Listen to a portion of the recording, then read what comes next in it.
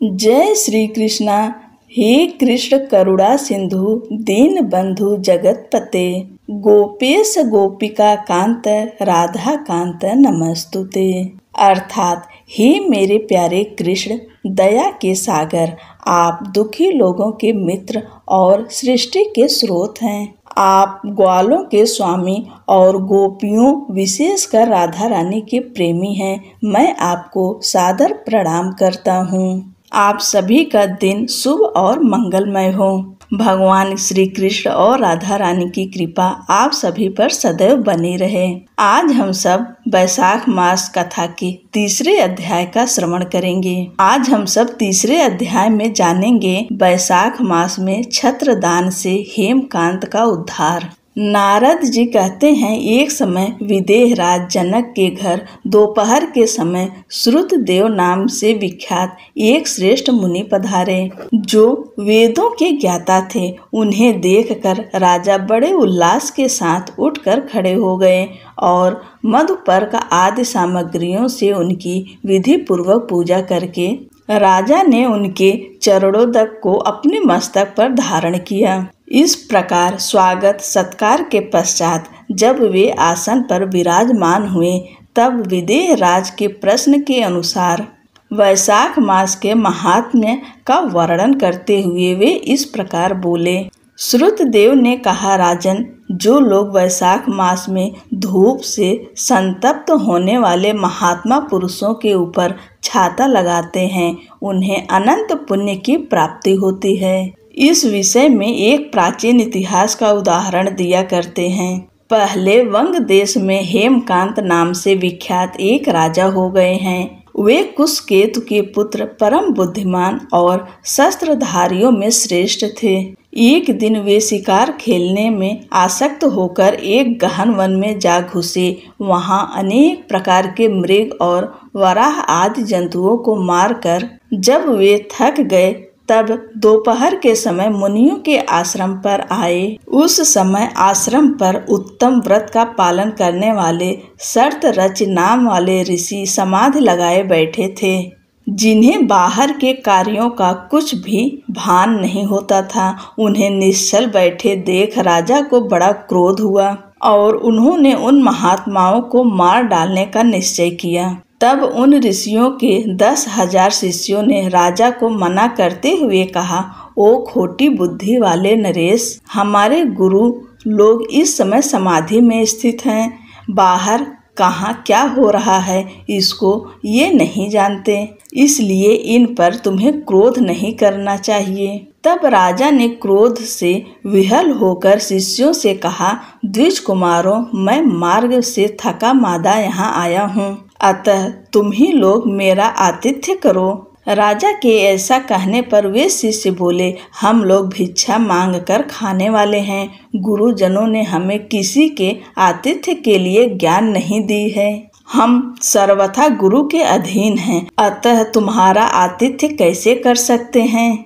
शिष्यों का यह कोरा उत्तर पाकर राजा ने उन्हें मारने के लिए धनुष उठाया और इस प्रकार कहा, मैंने हिंसक जीवों और लुटेरों के भय आदि से जिनकी अनेकों बार रक्षा की है, जो मेरे दिए हुए दानों पर ही पलते हैं, वे आज मुझे सिखलाने चले हैं। ये मुझे नहीं जानते। ये सभी कृतघ्न और बड़े अभिमानी हैं। इन आतताइयों को मार डालने पर भी मुझे कोई दोष नहीं लगेगा। ऐसा कहकर वे कुपित हो धनुष से बाण छोड़ने लगे। बेचारे शिष्य आश्रम छोड़कर भय से भाग चले। भागने पर भी हेमकांत ने उनका पीछा किया और 300 शिष्यों को मार गिराया। शिष्यों के भाग जाने पर आश्रम में जो कुछ सामग्री थी उसे राजा के पापात्मा सैनिकों ने लूट लिया। राजा के अनुमोदन से ही उन्होंने वहां इच्छा अनुसार भोजन किया। तत्पश्चात दिन बीतते बीतते राजा सेना के साथ अपने पुरी में आ गए। राजा कुशकेतु ने जब अपने पुत्र का यह अन्यायपूर्ण कार्य सुना, तब उसे राज्य करने के अयोग्य जानकर उसकी निंदा करते हुए उसे देश से निकाल दिया। पिता के त्याग देने पर हेमकांत घने वन में चला गया। वहां उसने बहुत वर्षों तक निवास किया। ब्रह्म हत्या उसका सदा पीछा करती रहती थी, इसलिए वह कहीं भी स्थिरता पूर्वक रह नहीं पाता था। इस प्रकार उस दुष्टात्मा के 28 वर्ष व्यतीत हो गए। एक दिन वैशाख मास में जब दोपहर का समय हो रहा था, महामुनि तीर्थ यात्रा के प्रसंग में उस वन में आए। वे धूप से अत्यंत संतप्त और तृषा से बहुत पीड़ित थे, इसलिए किसी वृक्षहीन प्रदेश में मूर्छित होकर गिर पड़े। दैव योग से हेमकांत उधर आ निकला। उसने मुनि को प्यास से पीड़ित, मूर्छित और थका मांदा देखकर उन पर बड़ी दया की। उसने पलाश के पत्तों से छत्र बनाकर उनके ऊपर आती हुई धूप का निवारण किया।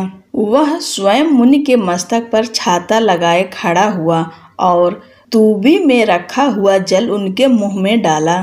इस उपचार से मुनि को चेत हो आया और उन्होंने छत्री को दिए हुए पत्ते के छाते को लेकर अपनी व्याकुलता दूर की।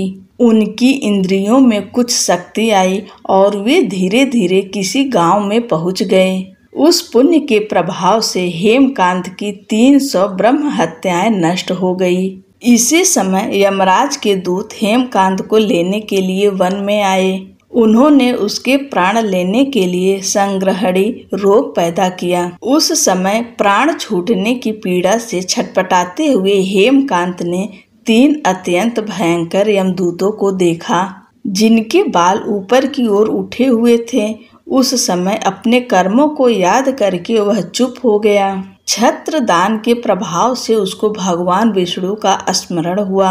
उसके स्मरण करने पर भगवान महाविष्णु ने विश्वक्सेन ने कहा, तुम शीघ्र जाओ, यमदूतों को रोको, हेमकांत की रक्षा करो। अब वह निष्पाप एवं मेरा भक्त हो गया है। उसे नगर में ले जाकर उसके पिता को सौंप दो। साथ ही मेरे कहने से कुशकेतु को यह समझाओ कि तुम्हारे पुत्र ने अपराधी होने पर भी वैशाख मास में छत्र दान करके एक मुनि की रक्षा की है, अतः वह पाप रहित हो गया है। इस पुण्य के प्रभाव से वह मन और इंद्रियों को अपने वश में रखने वाला, दीर्घायु, शूरता और उदारता आदि गुणों से युक्त तथा तुम्हारे समान गुणवान हो गया है। इसलिए अपने इस महाबली पुत्र को तुम राज्य का भार संभालने के लिए नियुक्त करो। भगवान विष्णु ने तुम्हें ऐसी आज्ञा दी है। इस प्रकार राजा को आदेश देकर हेमकांत को उनके अधीन करके यहाँ लौट आओ। भगवान विष्णु का यह आदेश पाकर महाबली विश्वक्सेन ने हेमकांत के पास आकर यमदूतों को रोका और अपने कल्याणमय हाथों से उसके सब अंगों में स्पर्श किया। भगवत भक्त के स्पर्श से हेमकांत की सारी व्याधि क्षण भर में दूर हो गई। तदंतर विश्वक्सेन उसके साथ राजा के पुरी में गए। उन्हें देखकर महाराज कुशकेतु ने आश्चर्ययुक्त हो भक्ति पूर्वक मस्तक झुकाकर पृथ्वी पर साष्टांग कर घर में प्रवेश कराया। वहाँ नाना प्रकार के स्तोत्रों से इनकी स्तुति तथा वैभवों से उनका पूजन किया। तत्पश्चात महाबली विश्वक्सेन ने अत्यंत प्रसन्न होकर राजा को हेमकांत के विषय में भगवान विष्णु ने जो संदेश दिया था वह सब कह सुनाया। उसे सुनकर कुशकेतु ने पुत्र को राज्य पर बिठा दिया और स्वयं विश्वक्सेन की आज्ञा लेकर उन्होंने पत्नी सहित वन को प्रस्थान किया। तदंतर महामना विश्वक्सेन हेमकांत से पूछकर और उसकी प्रशंसा करके श्वेत द्वीप में भगवान विष्णु के समीप चले गए। तब से राजा हेमकांत वैशाख मास में बताए हुए भगवान की प्रसन्नता को बढ़ाने वाले शुभ धर्मों का प्रतिवर्ष पालन करने लगे। वे ब्राह्मण भक्त, धर्मनिष्ठ, शांत, जितेंद्रिय, सब प्राणियों के प्रति दयालु और संपूर्ण यज्ञों की दीक्षा में स्थित रहकर सब प्रकार की संपदाओं से संपन्न हो गए। उन्होंने पुत्र, पौत्र आदि के साथ समस्त भोगों का उपभोग करके भगवान विष्णु का लोक प्राप्त किया। वैशाख सुख से साध्य अतिशय पुण्य प्राप्त करने वाला है। पाप रूपी ईंधन को अग्नि की भांति जलाने वाला, परम सुलभ तथा धर्म, अर्थ, काम और मोक्ष चारों पुरुषार्थों को देने वाला है। बोलो भगवान विष्णु की जय, बोलो लक्ष्मी नारायण की जय। आज की कथा यहीं पर समाप्त होती है। अगले की कथा अगले की वीडियो में हम सुनाएंगे। तब तक के लिए जय श्री कृष्णा, राधे राधे।